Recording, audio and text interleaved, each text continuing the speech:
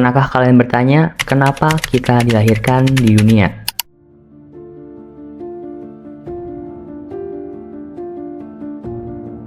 Assalamualaikum warahmatullahi wabarakatuh. Selamat datang di channel Via Islam edisi Premier Video. Jangan lupa tekan subscribe untuk mendapatkan video bermanfaat lainnya dari kami. Dunia adalah planet tempat tinggal kita, yang juga dikenal sebagai bumi. Ini adalah tempat di mana kehidupan manusia dan berbagai bentuk kehidupan lainnya berkembang. Dunia ini memiliki berbagai jenis habitat, mulai dari lautan yang luas hingga pegunungan yang tinggi, serta padang rumput yang luas dan hutan yang lebat. Selain itu, dunia juga bisa merujuk pada lingkungan atau komunitas tempat seseorang tinggal atau interaksi sosial yang terjadi dalam kehidupan sehari-hari. Konsep dunia juga bisa meluas ke ruang luar, seperti dalam konteks astronomi, untuk merujuk pada planet-planet lain di tata surya atau bahkan alam semesta secara keseluruhan. Beberapa filsuf telah membahas alasan eksistensi manusia dalam konteks kehidupan dan makna. Misalnya, Jean-Paul Sartre berpendapat bahwa manusia dilahirkan tanpa alasan atau tujuan tertentu, dan bahwa mereka bebas untuk menciptakan makna dalam kehidupan mereka sendiri melalui tindakan dan pilihan mereka. Berbagai filosof lainnya juga memiliki pandangan yang beragam tentang makna keberadaan manusia di dunia. Secara ilmiah, manusia dilahirkan di dunia sebagai hasil dari proses evolusi. Evolusi menghasilkan spesies manusia seperti yang kita kenal sekarang melalui perubahan dan adaptasi dari nenek moyang kita. Manusia memiliki kemampuan intelektual yang tinggi, yang memungkinkan mereka untuk mengembangkan teknologi, budaya, dan masyarakat kompleks. Secara biologis, tujuan dasar manusia di dunia adalah kelangsungan hidup dan reproduksi. Dalam banyak agama, keberadaan manusia di dunia dianggap sebagai bagian dari rencana atau tujuan yang lebih besar yang ditetapkan oleh entitas ilahi. Misalnya, dalam agama-agama Abrahamik seperti Islam, Kristen, dan Yahudi, manusia diyakini diciptakan oleh Tuhan untuk memuliakannya dan mengikuti kehendaknya. Dalam agama-agama timur seperti Hinduisme dan Buddhisme, keberadaan manusia di dunia terkait dengan konsep reinkarnasi dan pencarian pembebasan dari siklus kelahiran dan kematian. Untuk itu, mari kita bahas semuanya dalam video ini. Makhluk sebelum manusia di bumi. Sebelum Nabi Adam diturunkan ke bumi, ada makhluk sebelum manusia yang menempati bumi. Di antaranya adalah jin, alhin dan albin, dan juga manusia purba. Dalam Quran surat Al-Baqarah ayat 30 dijelaskan mengenai manusia yang akan dijadikan pemimpin atau khalifah di muka bumi. Yang arti dalam ayat itu adalah, "Ingatlah ketika Tuhanmu berfirman kepada para malaikat, sesungguhnya aku hendak menjadikan seorang khalifah di muka bumi." Mereka berkata, "Mengapa engkau hendak menjadikan khalifah di bumi itu orang yang akan membuat kerusakan padanya dan menumpahkan darah? Padahal kami senantiasa bertasbih dengan memuji engkau dan mensucikan engkau." Tuhan berfirman, "Sesungguhnya aku mengetahui apa yang tidak kamu ketahui." Al-Quran Surat Al-Baqarah ayat 30. Para malaikat bertanya kepada Allah, "Apalah engkau hendak menjadikan orang yang merusak dan menumpahkan darah di sana?" Pertanyaan ini diajukan untuk mencari tahu dan meminta penjelasan agar dapat dijadikan hikmah oleh mereka. Bukan seperti disangkakan oleh beberapa orang bahwa itu sebagai bentuk protes atau dengki terhadap manusia ataupun merendahkan mereka. Imam Qatadah mengatakan dalam tafsir Ibnu Katsir, para malaikat itu tahu bahwa hal itu akan terjadi karena mereka telah melihat apa yang dilakukan oleh Alhin dan Albin di dunia sebelum penciptaan Nabi Adam. Alhin dan Albin adalah sekelompok bangsa jin yang tinggal di muka bumi, dan pertumpahan darah itu dilakukan oleh beberapa di antara mereka yang bodoh, lemah, atau anjing-anjing mereka. Ada pula yang mengatakan bahwa postur penciptaan Alhin dan Albin itu antara bangsa jin dan manusia. Abdullah bin Amr mengatakan, Alhin dan Albin itu telah hidup di dunia 2000 tahun sebelum diciptakannya Nabi Adam, dan mereka saling membunuh satu sama lain. Maka Allah mengutus jumlah bala tentara dari golongan malaikat ke bumi untuk mengusir mereka ke pulau terpencil. Ibnu Abbas juga meriwayatkan hal serupa dengan riwayat Ibnu Amru. Al-Hasan mengatakan para malaikat mengetahuinya karena telah diilhamkan kepada mereka sebelumnya. Lalu ada juga yang mengatakan mereka malaikat telah membaca perjalanan hidup manusia di Lauhul Mahfuz. Ada juga yang mengatakan mereka malaikat membaca kisah Harut dan Marut yang ditindas oleh seorang raja yang bernama As-Sajjal. Penafsiran terakhir ini diriwayatkan oleh Ibnu Abi Hatim dari Abu Ja'far Al-Baqir.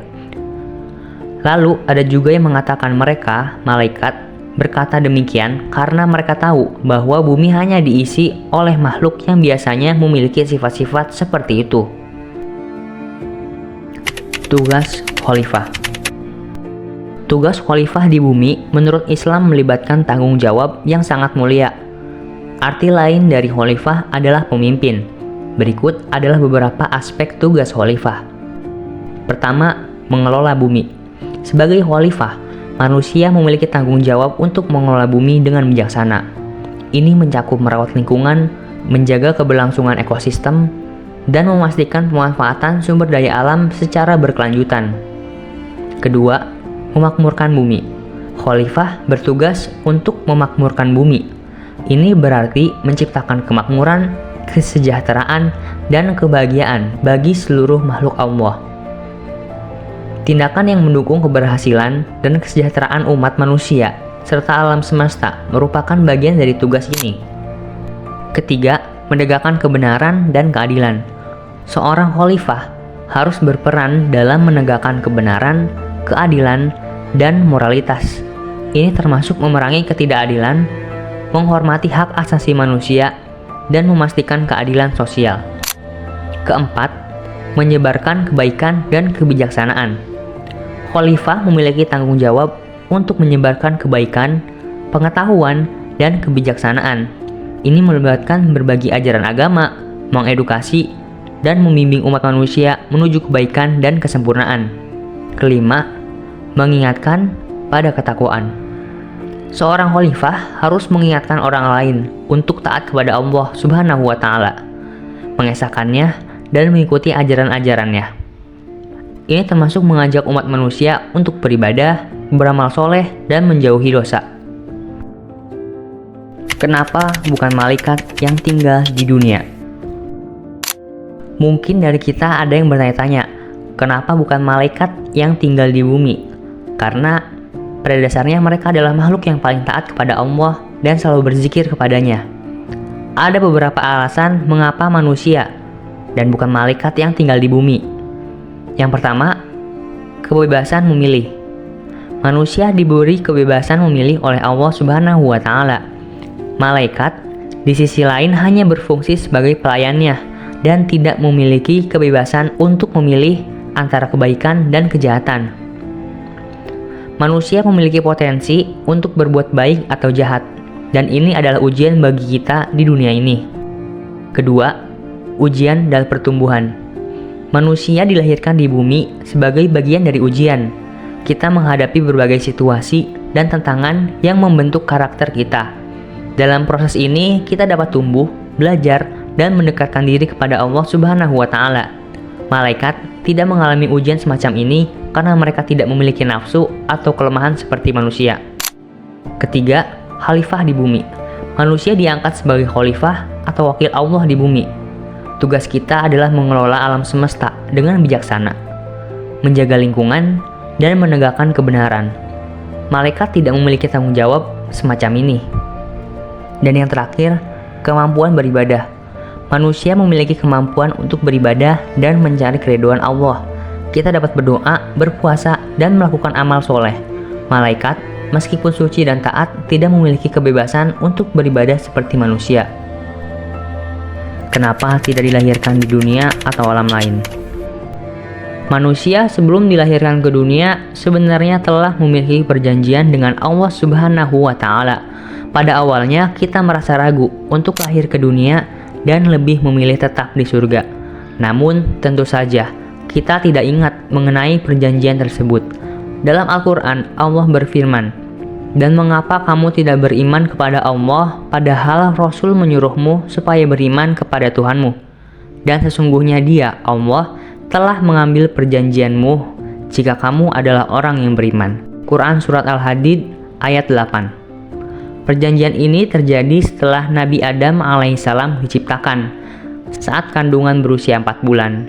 Allah menawarkan kepada manusia untuk bertakwa dan patuh kepadanya.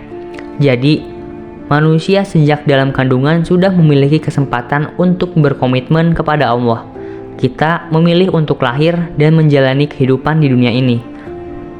Dan Allah menakdirkannya untuk kita. Tujuan hidup manusia. Tujuan hidup manusia merupakan pertanyaan yang telah menghantui pikiran manusia sepanjang sejarah. Dalam perspektif Islam, terdapat beberapa pandangan mengenai tujuan hidup manusia yang dapat kita temukan dalam Al-Quran dan Al-Hadis. Mari kita jelajahi lebih lanjut. Pertama, beribadah kepada Allah. Al-Quran menjelaskan bahwa manusia diciptakan dari intisari tanah, kemudian dijadikan nutfah, disimpan di tempat yang kokoh, dan akhirnya menjadi makhluk yang hidup. Setiap makhluk yang diciptakan oleh Allah memiliki tujuan hidupnya masing-masing. Bagi manusia, tujuan utamanya adalah untuk beribadah kepada Allah. Ayat dalam Al-Quran menyatakan, "Aku tidak menciptakan jin dan manusia, melainkan supaya mereka beribadah kepadaku." Quran Surat Az-Zariyat ayat 56. Kedua, khalifah di bumi. Manusia juga diangkat sebagai khalifah atau wakil Allah di bumi. Tugasnya adalah mengelola alam semesta dengan bijaksana dan memastikan kehidupan yang sejahtera. Ini mencakup tanggung jawab untuk merawat lingkungan dan memastikan keberlangsungan ekosistem. Ketiga, mengemban amanah. Manusia memiliki amanah atau tanggung jawab yang telah dipercayakan oleh Sang Pencipta. Amanah ini mencakup tugas-tugas moral, etika, dan tanggung jawab sosial. Manusia harus menjaga keadilan, kebenaran, dan kebaikan di dunia ini. Keempat, menunjukkan kebesaran Allah. Kehidupan manusia di dunia ini juga merupakan kesempatan untuk menunjukkan kebesaran Allah. Dengan berbuat baik, beribadah, dan menghormati ciptaannya, manusia dapat memperlihatkan keagungan dan kebijaksanaan Allah Subhanahu wa Ta'ala. Simpulan. Dari penjelasan yang sudah kita bahas, dapat disimpulkan beberapa hal penting. Pertama, manusia ditempatkan di bumi sebagai khalifah Allah dengan tanggung jawab untuk mengelola dan merawat lingkungan serta menegakkan kebenaran dan keadilan.